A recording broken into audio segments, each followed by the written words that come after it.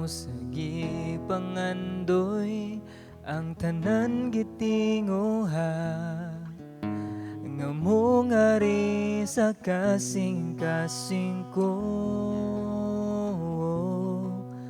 Sa imong presensya lamang ko matangbaw, ug sa matag adlaw gitinguha. Labaw sa gipangandoy ang tanan gitinguha, nga mo ngari sa kasing-kasing ko.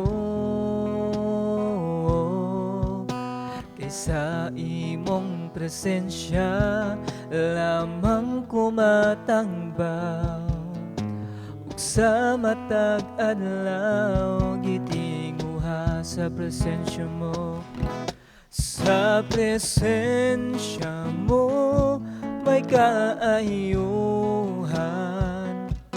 Sa presensya mo kasiguruhan. Sa presensya mo adunay kalipay. Sa presensya mo, Diyos, sa presensya mo, Diyos, ako nagtinguha. Labaw sa gipangandoy, labaw sa gipangandoy ang tanan gitinguha, nga mo ngari sa kasing-kasing ko. Kaysa imong presensya lamang ko matangbaw, ug sa matag adlaw gitinguha. Sa presensya mo may kaayuhan. Sa presensya mo kasiguruhan. Sa presensya mo adunay kalipay. Sa presensya mo, Diyos, sa presensya mo, Diyos, ako nagtinguha.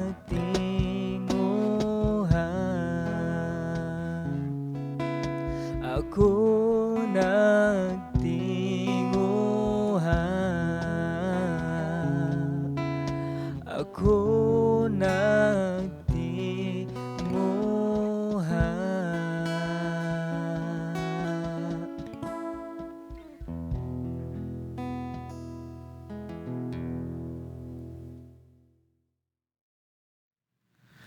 Maayong adlaw sa tanan. Pasalamat sa Ginoo sa lain na sad nga higayon nga gitugutan.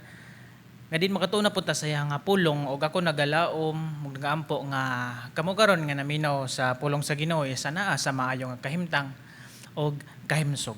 So sa dili pa ta madto sa unahan, mga sa tagtabang sa bilang Espiritu Santo maglamdag sa atong matag usa kasing-kasing ug gunahuna nga di natong masabtan ang iya nga pulong og maghatag natong kaisog aron pag-apply niini. So magampo ta. Ginoo, salamat niini nga panahon.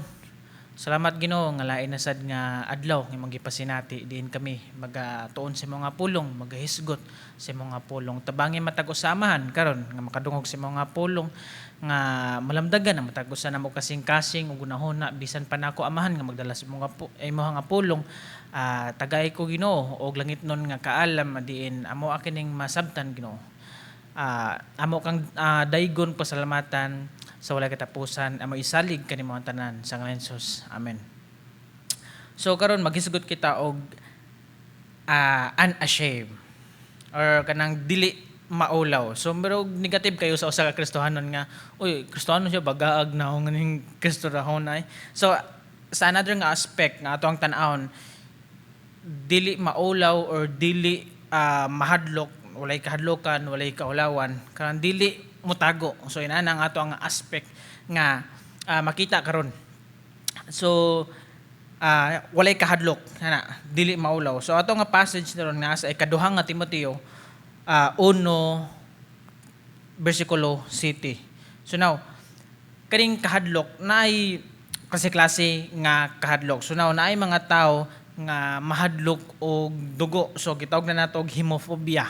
So nana klase-klase nga mga phobia. So kini mga klase nga tao is dili ni ingno nato, dili ni sila pwede siguro sa nurse or sa doctor nga naay permi mag-encounter og dugo tungod kay inani nga klase nga tao again mahadlok sila og dugo. So napoy gitawag na tog acrophobia. Kini nga mga tao is naay kahadlok sa mga taas nga dapit naay kanang heights, meaning na sila sa imabaw sa building, imabaw nga bisan unsa nga naa sila sa taas. Na may klase nga tawo nga mahadlok. Napoy gitawag nato og mahadlok og frog or mahadlok og baki, gitawag nato og ranidaphobia. So meaning kini mga tawhana is mahadlok og baki. Napoy gitawag nato og trypophobia, meaning kini nga klase mga tao is mahadlok sila sa mga karang nabito mga bangag-bangag na mga holes na mga inani nga tao mahadlok sila. Og another nga example, napoy kahadlok inani sa tao, klase sa mga tao, mahadlok sila nga mawad-an sa ilang suod, mawad-an sila someone, suod sa ilang kasing-kasing, dikit sa ilang kasing-kasing, mawad-an sila amigo, mawad-an sila og parte sa pamilya, bisan kinsa pa man nga suod sa ilang kasing-kasing, gitawag natog thanatophobia. Inana nga klaseng kahadlok. Apan kita mga Kristohanon sa karon nga henerasyon, ato sa batunan ang kahadlok, mahadlok ta, mawad-an og pagsalig diha sa Ginoo. So now, sa ikaduha nga Timoteo 1:7, kay ang espiritu nga gihatag sa Dios kanato wala maghimo kanatong talawan, kundili naghatag kanato gahom og gugma og pagpugong sa kaugalingon. Ang Dios ng panalangin ang daan siya nga pulong. So now, sa chapter 1 og chapter 2, ang chapter 1 nagisgot kani og dili mahadlok nga witness, meaning i-guard gid ang gospel, tindugan jud ang gospel. Sa chapter 2 nagisgot pud ni og kaning magbubuhat kanang workmanship or workman, meaning kung unsa ang gibarugan, kung unsa ang gituohan, kini siya malipay, kini siya unsa man iyang bation, mag-suffer kung unsa ang iyang gibarugan. Nagbarog siya sa mao nga pulong sa Ginoo, mao ang scripture, mao ang gospel. So now, kini nga ato nga passage karon sa ikaduha nga Timoteo, adunay tulo ka kamatuoran. First, kani nga libro gisulat ning Pablo didto sa ngit-ngit sa lawom sa presohan. So na writer si Pablo pero naa siya sa presohan niya gisulat. So now, ikaduha is kani nga panahon, grabe kay kadaotan ang emperor kani nga panahon sa pagsulat ning Pablo. Ang context is ang pagkadaotan sa emperor is kalipay niya nga makita ang mga Kristohanon nga gipamatay og nagantos. Now inana atong imagine unsa siya kadaotan, kalipay niya nga makita ang Kristohanon nga gipamatay og nagantos, gipangsunog. So mao na mga nahitabo yang gisunog ang uban nga mga dinakpan nga mga Kristohanon. So na og nay mga gatherings, nay mga party, ang himuon nila suga is kato mga Kristohanon ilang pandaoban, magsagit, grabe ka lisod og atong imaginon. So inana, grabe ka daotan. Ang uban is gitambog ngadto sa layon, ngadto sa mga ilang mga alaga nga mga bangis nga mga mananap. Ang uban ilang gipapatay sa mga gladiators. If familiar ta sa gladiators or kanang gitawag natong Spartan, is katong mura na siya og celebration nga dula nga magpinatyanay na sila sa arena, magpinatyanay ang duha ka tao or grupo o kinsa ang dili mamatay is mao ang makadaog. So inana ang klase nga event or sitwasyon nga mga Kristohanon is mura na lang gilawg ngadto, dili man sila warrior Kristohanon man sa ang uban siguro dili ka mao mo gunit og espada. So inana lisod ang ilahang kahimtang labi na kung nana sila sulod ngadto sa arena or gitawag nato gladiators. So now ang uban ang mga Kristiyano sa kini nga panahon is gilabel nga mga cannibals tungod kay sa pagtuo nga gituohan nga mukaon sa lawas og dugo ni Kristo. So inana wala nasabtan sa uban. Ang uban usab gitawag og mga atheist nga wala nituo sa Ginoo. Ang mga Kristohanon gitawag og atheist nga wala sila Ginoo, wala sila nituo sa Ginoo tungod kay sa usa ka rason nga wala sila ni simba sa mga idols, wala sila simba sa mga rebulto, wala sila simba sa mga pagan paagi nga pagan worship, wala sila ni ana. So mao na ang mga Kristohanon sa una tibuok empire is gilabel sila nga atheist. Ug sa atong panahon murag baliktad man siguro. So ang mga Kristohano usab gitawag mga revolutionist. Kaning mga Kristohano mga revolutionary sila tungod kay sa rason nga wala sila ni pa-under sa authority sa usa ka emperor nga ultimate nga mo og ingnon ta nga empire ang pinakataas or pinakagamhanan nga authority is mao ang emperor or mao na ang pinakataas, pero wala sila nagpa-under ana tungod kay nagpa-under sila sa authority ni Hesukristo. Mo nang gitawag sila nga mga Kristohanon nga revolutionist man silang mga klase ning mga tawhana. So og atong tan-awon is grabe ang opposition sa mga Kristohanon tibuok empire. So atong imagine na dako kayo tibuok empire. So now ikatulo nga kamatuoran tungod sa grabe nga persecution, ang kaning kahadlok, kaning fear is nisaka sa Kristohanon nga community, Kristohanon nga komunidad. So mao nang ang uban nga mga Kristohanon is grabe kahadlok. Og ang uban is ni-refrain na lang, wala na lang sila magsulti sa ilang mga ngabil ni pagawas ang pulong Kristo tungod kay pwede sila mamatay kung ilang ilitok ang pulong nga Kristo. Ang uban ng mga Kristohanon nitaka sila ni adto sila laing dapit para lang dili sila mapatay. So now here comes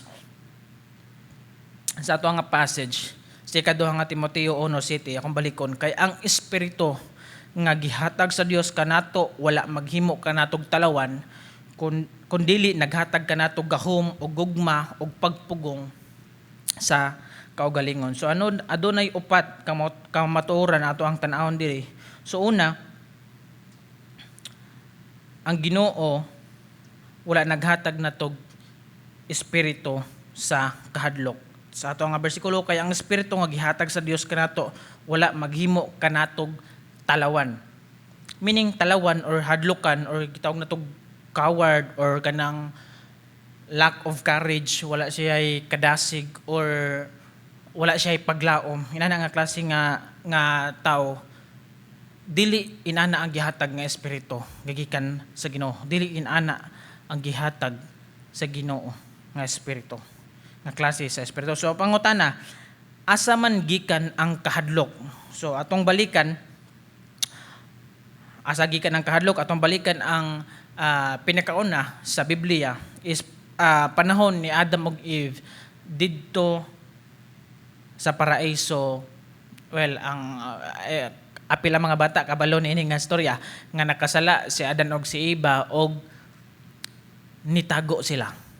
Kay ngano man naulaw sila, na-ashame sila, nahadlok sila sa Dios tungod kay asa gikan ang kahadlok ni disobey sila gikan sa sala, gikan sa ilahang pag-disobey. So now ang kahadlok is byproduct kung mawad-an ta og focus diha sa Ginoo or magduha-duha ta diha sa Ginoo. So sa panahon nga gitintal si Adam og Eve dito sa garden is nawad-an sila og focus diha sa Ginoo, mong nadala sila sa tentasyon. So now ang ilang kahadlok nagdala hinungdan sa sala og ang kahadlok nagdala sa ilaha nga pagkawala og focus diha sa Ginoo. So now, ang practical nga situation sa kahadlok ato ang mabatunan siguro kita aduna tay kahadlok sa maabot, aduna tay kahadlok sa unsay mahitabo ni kaugma, aduna tay kahadlok kay gamay na lang atong savings, aduna tay kahadlok tungod kay wala na tay maloto at daghan og mga rason nga pwedeng atong kahadlokan. But again, dili na to iwala ang focus o kapagsalig diya sa Ginoo tungod kay kini nga kahadlok, ang dako nga kahadlok natay mas dako nga Ginoo. So now, ang Dios mismo naghatag ana atong balikon pagbasa diha sa atong verse kay ang Espiritu naghatag sa Dios kanato gihatag sa Dios kanato wala maghimo kanatong talawan. So meaning ang Dios naghatag nato Espiritu sa kaisog. Ikaduha, ang Dios naghatag kanato og supernatural nga power. So katong sa bersikulo ato nang makita sa ato ang passage kay ang espiritu gihatag sa Dios kay ang espiritu nga gihatag sa Dios kanato wala maghimo kanatong talawan kundili mo ning una naghatag kanatog gahom meaning naay power. So now sa buhat 1:8 apan kumukunsad na kaninyo ang Espiritu Santo makadawat kamog gahom og mahimo kamong akong mga saksi sa Jerusalem, sa tibuok Judea ug Samaria ug sa tibuok kalibutan. So now inani ang pulong sa Ginoo.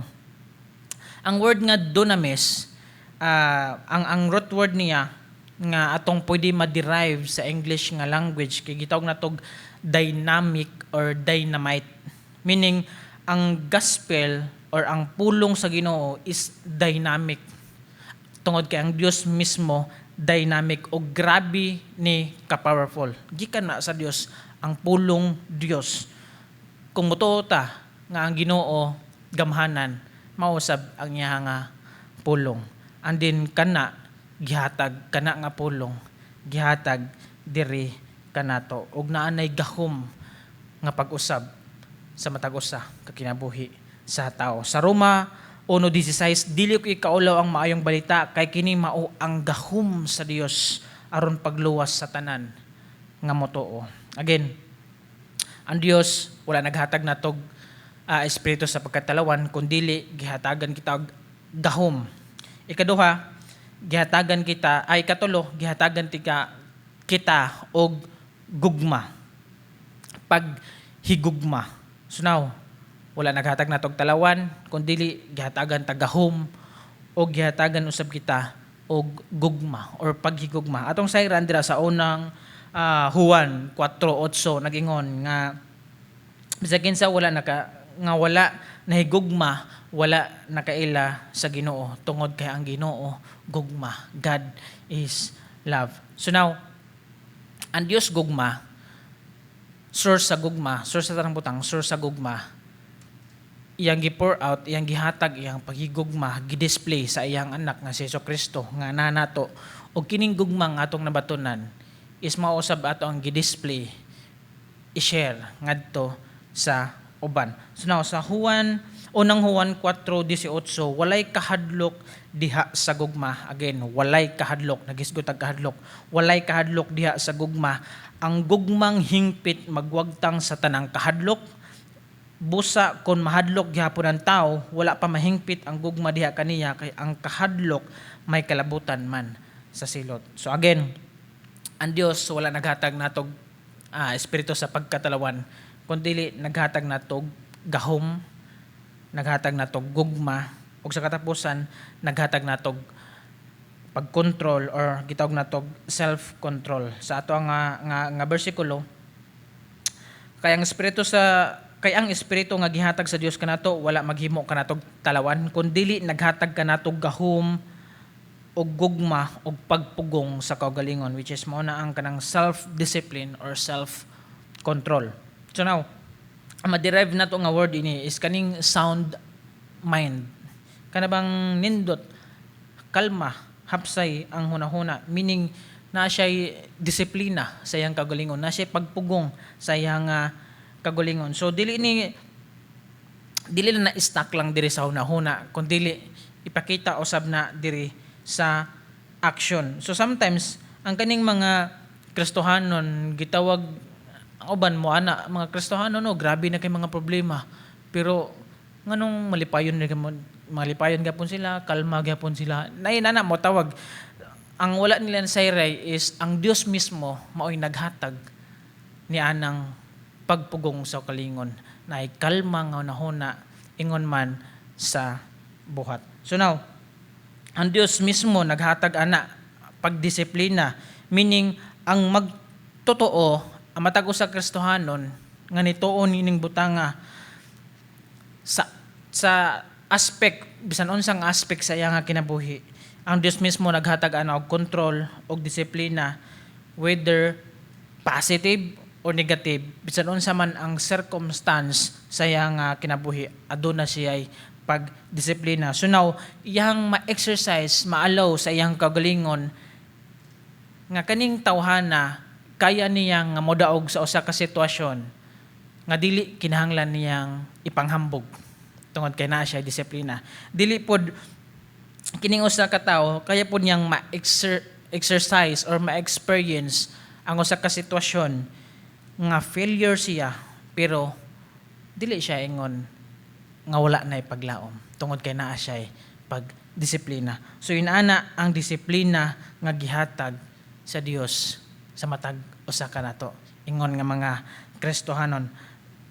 Atong sayran diri sa Galatians kaning fruit of the Holy Spirit, usa sa mga bunga sa espiritu. Again, naay gugma, naay kalipay, kalinaw, og usa niini ang kaning self-control or pagpugong sa kaugalingon. So now, kita ingon nga mga Kristohanon, dili ta magpaulipon o dili ta pahimo ang ato ang kaugalingon nga slaves sa unsa man ang mga negativity, kung unsa man ang mga problema nga moabot or unsa man ang gisaysay sa ato ang nga emosyon. Ang Dios mismo naghatag kanato og pagdisiplina sa ato ang kaugalingon. So karon ingon nga hagit og challenge sa matag usa atong batunan ang kaning nga matuoran nga ang gahom gihatagan ta sa Dios og gahom para mahimo tang effective diha sa pagserbisyo. Ikaduha, gitagaan ta sa Ginoo og gugma aron mahimo kitang maayo ang atong ipadayag or kanang right attitude ipadayag nato ngadto sa Ginoo og ngadto sa uban. Ikatulo is naatay disiplina, meaning makahimo kita pag-focus sa ato ang adlaw-adlaw kung unsa man ang naa sa unahan. Again, dili na tuod ang pag-focus diha sa Ginoo atong sayran og batonan nga kitagaan sa Ginoo gugma. Kitagaan sa Ginoo gahom, gugma ug pagpugong sa kaugalingon. Magampo ta.